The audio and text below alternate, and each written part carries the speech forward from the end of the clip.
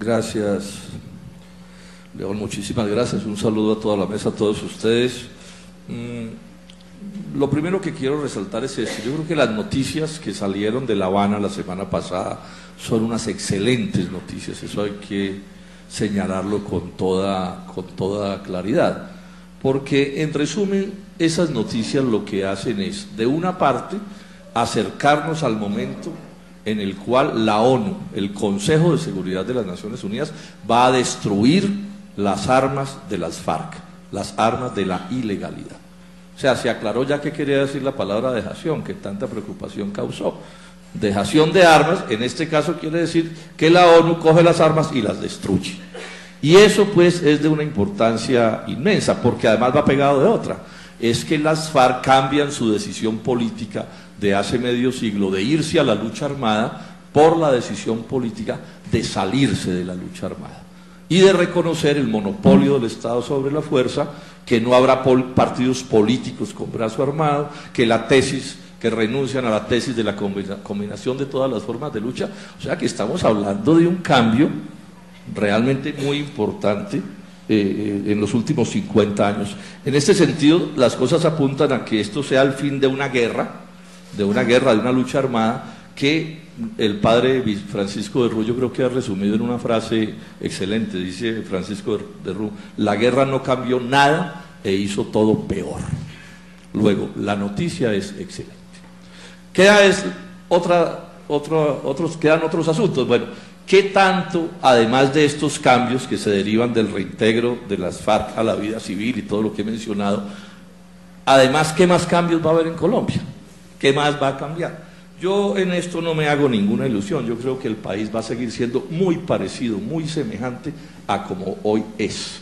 Pienso que además de este cambio, que repito es importantísimo, las demás cosas van a seguir básicamente iguales. El modelo económico y social no va a modificarse en prácticamente nada. Eso está perfectamente claro. Consenso de Washington, OCDE mangoneando, Fondo Monetario, superconcentración de la riqueza, desnacionalización de la economía, pobreza, miseria, desigualdad social exacerbada, corrupción pavorosa de todas las índoles en este país. Todo eso va a seguir igual. Ahora, ojo, estoy diciendo esto lo digo no como una crítica al proceso de paz, no, ni le quita importancia a los asuntos que mencioné inicialmente. Esto no le quita en nada importancia al hecho de que esa violencia, la de las FARC, ni siquiera todas las violencias, esa violencia vaya a desaparecer. Esto simplemente lo resalto como un hecho. Las demás cosas no van a cambiar. Es más, es probable que haya sido un acierto que no le revolvieran a las negociaciones todos los temas de la vida nacional, porque si no es bien probable que hubiera sido imposible llegar a algún tipo de acuerdo. Entonces, esto que estoy mencionando simplemente lo señalo como un hecho. En general, todo lo demás va a seguir tan mal como está. Bueno, entre otras cosas, va a seguir de presidente el doctor Santos, como una prueba de que las cosas no van a cambiar profundamente. Y sin duda él es parte clave de los problemas nacionales. Eso está clarísimo. Ahora, ¿qué va a pasar con lo político y lo electoral? Ahí va a haber un cambio de cierta importancia, que es ¿cuál? Que las FARC se van a poder reintegrar a la vida civil y a la vida política con una serie de garantías que no conocemos en detalle, pero que sabemos que se van a dar. Y eso es una, digamos, modificación positiva. Pero ojo, eso no cambia el sistema político y electoral colombiano. O sea, hasta donde yo entiendo las cosas, lo que hacen es introducir en el sistema político y electoral colombiano a las FARC, pero en un sistema político y electoral, que es lo que voy a mencionar a continuación, espantosamente retardatario y regresivo. Es lo que yo estoy viendo venir. Repito, saludo su reintegro a la vida política, pero eso no quiere decir que las demás cosas vayan a cambiar como seguramente muchos quisiéramos. ¿A qué me refiero con que las cosas no van a cambiar? Entonces, primero un diagnóstico brevísimo que ya lo insinuó el doctor Armando Noboa con una cita del exprocurador general de la Nación, hoy Contralor, el doctor Edgardo Maya. Él en algún momento, yo tengo aquí las notas, dice que el sistema electoral colombiano es tan malo que no debería haber elecciones. Claro, corrige y dice, bueno, pero nos toca. Y entonces explica cómo hay fraudes inmensos electorales antes de votar, a la hora de votar y después de votar, En mi lenguaje más directo yo digo que aquí se roban las elecciones antes de votar, a la hora de votar y después de votar. Al registrador que acaba de salir le preguntaron recién posesionado hace unos años: doctor, usted dice, ¿por qué dice que en Colombia se roban las elecciones? Pues porque se las roban, contestó el señor registrador. Bueno, eso es lo que tenemos al frente. Entonces la pregunta es, ¿qué tanto va a cambiar eso? Y yo no creo que eso vaya a cambiar, entre otras cosas porque no hay nada más difícil de cambiar que un sistema electoral, porque lo tienen que cambiar los mismos que ganan con él y por supuesto les encanta. Sí, porque si ganan con él, ¿por qué habrían de querer cambiarlo? Y sobre esto ha habido hechos. Desde diciembre, desde el 16 de diciembre, venimos haciendo reuniones con el alto gobierno, el Polo, los Verdes y el MIRA, bregando a plantear temas de transformaciones del sistema electoral. Y les quiero decir esto: el avance ha sido igual a 0.00, nada. Ahora, muy amables, nos invitan a desayunar, muy queridos, ¿cierto? Pero no se mueven ni un ápice en las cosas. Veamos 4 elementos fundamentales que les hemos planteado y se lo hemos planteado al propio presidente de la República. Primero, el tema del voto electrónico. En Colombia la ley 475 del 2011 ordena voto electrónico obligatorio para todas las elecciones desde el 2014, dice el artículo 39. Nada, absolutamente nada sobre esto. Al señor registrador le planteamos el tema y casi le da un infarto, que era que le íbamos a incendiar el país con esta pretensión, alcanzó a decir. Nada. Ahora, yo entiendo que no les guste que se aplique el sistema electrónico, porque las recientes elecciones de un país vecino le infligieron en muy buena medida una derrota inmensa a la administración del Estado, del Estado de ese país, precisamente porque hubo voto electrónico. Yo pregunto, ¿una barrida como la que hubo en Venezuela en las elecciones pasadas, en Colombia, con el actual sistema electoral podría darse? Imposible. Entonces entiendo muy bien que no quieran hacer voto electrónico y que se vaya a seguir votando en Colombia en medio de un inmenso prevaricato, porque es que la ley que ordena el voto electrónico no es para escogerla a la carta, sino para cumplirla sagradamente, y no se les ha antojado cumplirla. Nada, ningún avance en este sentido. Bueno, segundo punto, el tema del clientelismo y la mermelada y todas estas cosas, cero. Por el contrario, es que el presidente Santos ha exaltado la mermelada como una manera maravillosa de hacer política en Colombia. Yo tengo aquí documentos donde Alejandro Gaviria, Rudolf Gómez, Guillermo Perry explican, pues no utilizan esa palabra, la utilizo yo, pero explican que el clientelismo, la corrupción del sistema electoral, la compraventa de votos, la coacción electoral no son perversiones del sistema electoral colombiano, sino que son el sistema. Hubo un acuerdo hace medio siglo, explica Alejandro Gaviria, y esto es sabido, entre el Partido Liberal y el Conservador, y eso se le hizo extensivo a todos sus herederos para ganar las elecciones a punta de clientelismo. El acuerdo consiste ¿en qué? En que la clase política gobierna en beneficio de los grandes negocios del país, de los grandes negociantes nacionales y extranjeros, y a la clase política se le autoriza ganar las elecciones como sea, incluido robándoselas y constriñendo a los electores. Ese es el acuerdo que está vigente hoy en Colombia y es el que expresa la fórmula de la mermelada del clientelismo. Sobre esto avance cero. Que los va a ver en las próximas semanas, yo lo quiero ver. No veo por dónde ninguna voluntad en ese sentido. Tercer punto, el sistema electoral colombiano en lo que se refiere a la registraduría y al Consejo Nacional Electoral, eso es una vergüenza. Eso es un instrumento bárbaro de la partidocracia nacional. Eso no tiene nada que ver con un criterio democrático, eso no apunta a que haya elecciones transparentes. Ese es, digamos, el organismo a través del cual suceden los horrores que suceden en el sistema electoral colombiano, eso lo sabemos. Quienes resultan allí elegidos, el propósito inicial, aun cuando puede haber excepciones, es que van allí a ver cómo garantizan que sus pupilos, quienes los eligieron, no hagan las cosas bien, sino las hagan mal y ganen las elecciones. Es una vergüenza lo que hay en el sistema electoral colombiano. Es el sistema de la partidocracia, diseñado para que suceda lo que está sucediendo desde hace muchísimo tiempo. Y por último, el tema de los umbrales. Aquí estamos al borde de asistir a una cosa que hasta ridícula va a resultar, ¿no? Y es que quienes hemos estado en esta lucha en las elecciones del 2018 por el sistema de umbrales, salgamos del Congreso de la República, como ya salió el MIRA del Senado. Y podría sucederle al Polo y podría sucederle al Partido Verde, y sobre esto en las conversaciones que tuvimos, 0.00 avance. O sea que en este sentido yo no me hago ninguna ilusión en relación con lo que está sucediendo. Pero repito, esto no me lo lean como una crítica al proceso de paz, este simplemente es, León, un hecho que estoy reseñando para que los colombianos sepan a qué atenerse, y así todo hay que votar por el sí en el plebiscito, porque aquí lo que estamos buscando es desarmar a las FARC, ese es el propósito. Nos quedará a todos los demás colombianos finiquitada esta etapa de la vida del país y con las FARC reintegradas a la vida civil y ojalá con el M-19, a hacer las luchas sociales y políticas que habrá que hacer, porque no va a ser de los Juan Manueles de donde van a llegar las transformaciones que necesita Colombia. No, ellos quieren que no haya FARC, pero para que todo siga igual. Si mucho, le van a poner hasta una pequeña dosis de gatopardismo. ¿Qué es gatopardismo? Ustedes bien lo saben. La famosa frase de un par de personajes que en una conversación, preocupados porque el pueblo está alborotado, se ponen de acuerdo en que hay que cambiarlo todo para que todo siga igual. Y es mi llamado muy cariñoso a todos los colombianos. No nos sentemos a esperar que dentro de 10 o 15 o 20 años se descubra que el proceso de paz tenía como único propósito central simplemente desarmar a las FARC con toda la importancia que eso tiene y garantizarse 5, 10 o 15 años más de demagogia en el que las cosas no se modifiquen y que estos personajes sigan desbaratando a este país. Muchas gracias.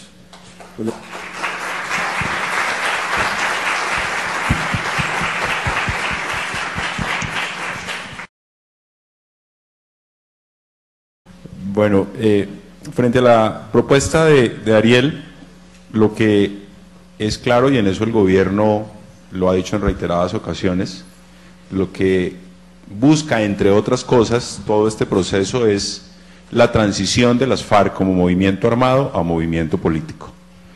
El cómo es un asunto que está por definirse, y yo no puedo arriesgar opiniones, ese es un asunto que se está discutiendo, que es uno de los temas pendientes, y nos parece pues importante que el país haya empezado a deliberar sobre este asunto, pues que es sustantivo para el futuro de la sociedad colombiana, porque de lo que se trata justamente es de que quienes defendían unas ideas en armas, pues pasen a defenderlas en democracia. Pero yo quería aprovechar que Elber me da la palabra un poco para tratar de moderar las preocupaciones del senador Robledo.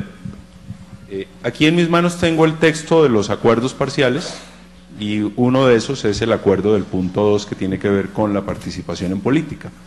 Y yo en gran medida coincido con las preocupaciones del senador Robledo, y una de las insistencias, o mejor, una de las razones por las cuales el gobierno insistió en que estos acuerdos fuesen refrendados por los ciudadanos, es por un lado para darles legitimidad, y por el otro lado también para autoimponernos desde el gobierno y también imponer, digamos, ese mandato ciudadano a las otras instituciones del Estado para la implementación de los mismos. Y yo quiero, repito, por eso digo que comparto algunas de las preocupaciones del senador Robledo. No sería justo que un senador como el doctor Robledo, que juega un papel protagónico, destacado en el Senado de la República, se quedara por fuera de esa corporación, habiendo sido, pues digamos, un actor de la vida institucional, habiendo defendido sus ideas en democracia, y que quienes están en armas lleguen a la vida institucional del país. Por esa razón, uno de los temas que se acordó en el punto 2 es el siguiente, y lo voy a leer: desligar la obtención y conservación de la personería jurídica de los partidos y movimientos políticos del requisito de la superación de un umbral en las elecciones de Congreso, y en consecuencia redefinir los requisitos para su constitución. Más adelante, diseñar un sistema de adquisición progresiva de derechos para partidos y movimientos políticos según su desempeño electoral en los ámbitos municipal, departamental y nacional. Y además, un tema que ha sido mencionado por Ariel y que fue mencionado también por el doctor Novoa, que tiene que ver con el Consejo Nacional Electoral, o en general con las instituciones que hacen parte de la organización electoral. Dice el acápite 2.3.3, promoción de la transparencia, medidas para la promoción de la transparencia en los procesos electorales. Una de ellas, conformar un Tribunal Nacional de Garantías Electorales y tribunales especiales seccionales en las circunscripciones de mayor riesgo de fraude electoral. Y más adelante,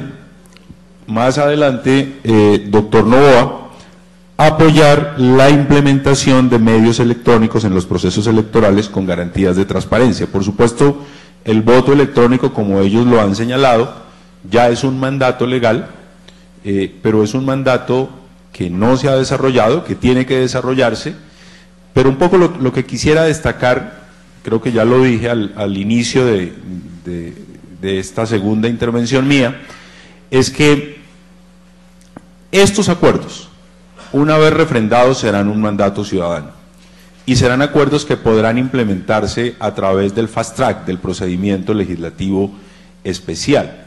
Luego, yo coincido con lo que acaba de señalar Ariel.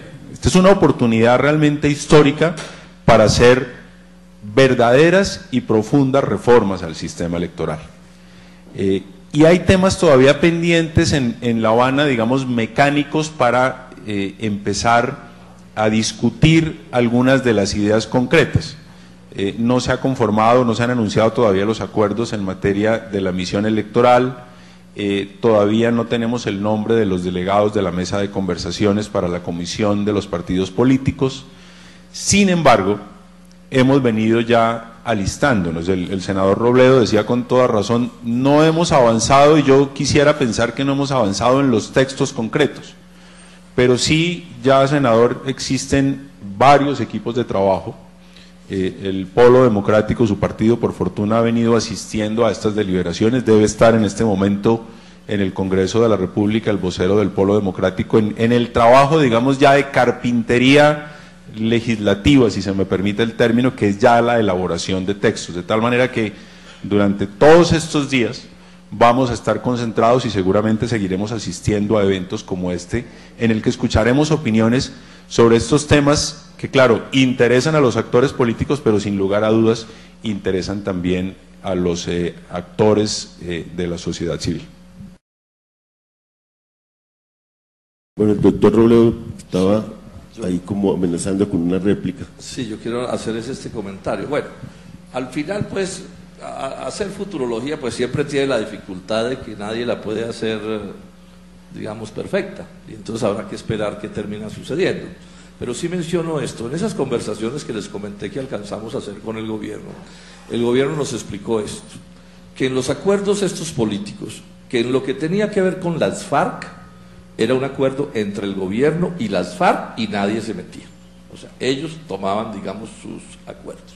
Y que en lo que tenía que ver con cosas más generales, digamos que es de lo que en buena medida estamos hablando aquí, eso había que era un problema de los partidos políticos y que no era el gobierno el que definía, cosa que tiene su lógica. Entonces, en lo que tiene que ver con estos asuntos que yo mencioné, de la mermelada, etcétera, pues vamos a ver qué va a pasar cuando lleguen las normas al Congreso y empiece el debate, ¿sí? Y entonces ahí es donde va a entrar a pesar un sistema político y electoral que lo tienen que reformar los que ganan con el actual sistema. Y es ahí donde se van a tomar las decisiones. Y el diablo está en los detalles. Y miren ustedes cómo el diablo sí está en los detalles.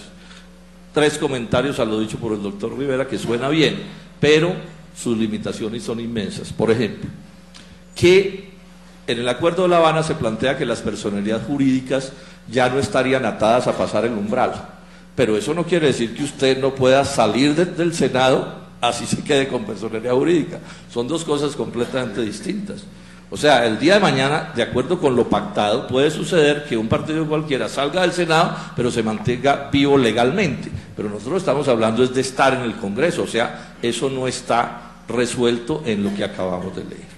El tema de un tribunal de garantías electorales que se mencionó, no, nosotros estamos hablando de una reforma profundísima del sistema electoral que incluye la eliminación de la partidocracia, no de un tribunal de la partidocracia para que nos dé garantías electorales. Son cosas distintas. Aquí los detalles, cada palabra, cada letra pesa de manera determinante. Y lo tercero es este. Dice el acuerdo que la utilización de mecanismos o sistemas electrónicos, eso también nos dijo el registrador en estos días en el Congreso, no, aquí les vamos a poner calculadoras y todo, no, aquí estamos hablando de otra cosa. O sea, el sistema del voto electrónico es una cosa distinta a que usen computadores en un momento dado, son dos cosas de naturaleza completamente diferentes y eso tampoco está garantizado. Entonces fíjense que en lo que tiene que ver con este tipo de reclamos está completamente abierto. Ahora, ¿qué va a pasar? Bueno, pues allí van a estar actuando todas las fuerzas que tienen el poder y que tienen las mayorías en el Congreso para votar, porque al final todo esto, incluidos los acuerdos, cuando se conviertan en norma legal, eso va a ser votando en el Congreso. ¿Y quiénes tienen la capacidad de decidir? El gobierno nacional por una parte y sus adláteres, digamos. Sí, o la unidad nacional, para usar una frase más precisa. Entonces, todas mis preocupaciones, digamos, no se aclaran con lo que acabamos de oír.